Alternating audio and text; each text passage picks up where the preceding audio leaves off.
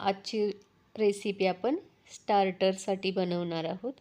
चिकनचे अनेक प्रकार आपण बघतोच, त्यातलाच एक आपण ड्रॅगन चिकन म्हणून आज तयार करणार आहोत आणि एकदम घरच्या घरी आणि सोप्या पद्धतीत। तर चला मग आता आपण सुरुवात करूया। तर इथं मी बोनलेस चिकन घेतलेलं आहे आणि त्याचे असे लांब बोटाच्या आकाराचे असे काप करून घेतलेले आहे। तुम्ही इथं तुमच्या आवडीप्रमाणे काप केले तरी चालतील।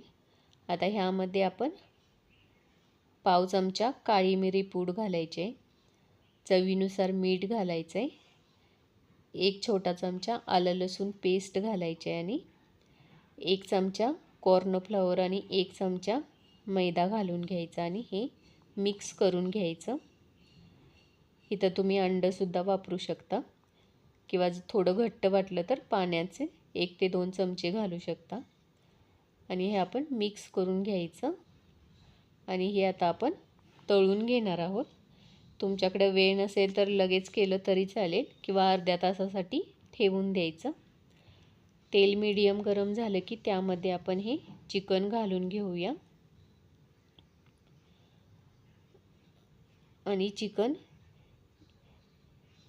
एका साइडने 2 ते 3 मिनिटं ठेवून नंतर पलटी करून घ्यायचं आणि ह्याचा कलर चेंज होईपर्यंत आपल्याला चिकन भाजून घ्यायचं आहे।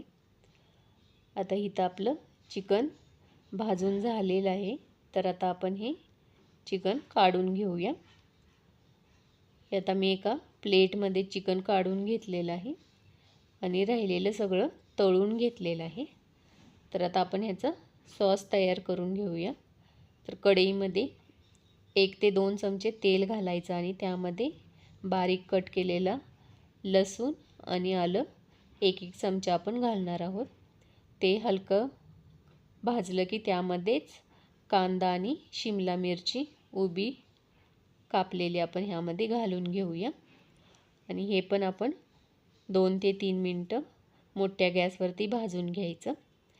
आता ह्यामध्ये आपण 1 चमचा व्हिनेगर, 1 चमचा सोया सॉस, 1 चमचा चिली पेस्ट किंवा चिली सॉस घातलं तरी चालेल। हे आता आपण मिक्स करून घेऊया। आता ह्यामध्ये आपण 1 चमचा कॉर्नफ्लॉवर पाण्यात मिक्स करून घातलेला आहे। मी त्यामध्ये थोडासा फूड कलर यूज केलेला आहे, तुम्ही स्किप केला तरी चालेल। आता हे आपण मिक्स करून घेऊया।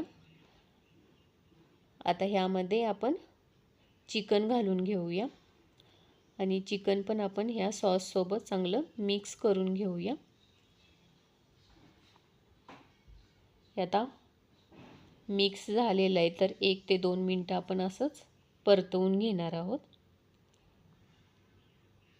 इथं आता आपलं ड्रॅगन चिकन तयार झालेलं आहे। तर आता आपण गॅस बंद करून घेऊया आणि वरून बारीक चिरलेली कोथिंबीर घालूया किंवा कांद्याची पात बारीक कट करून घातली तरी चालेल।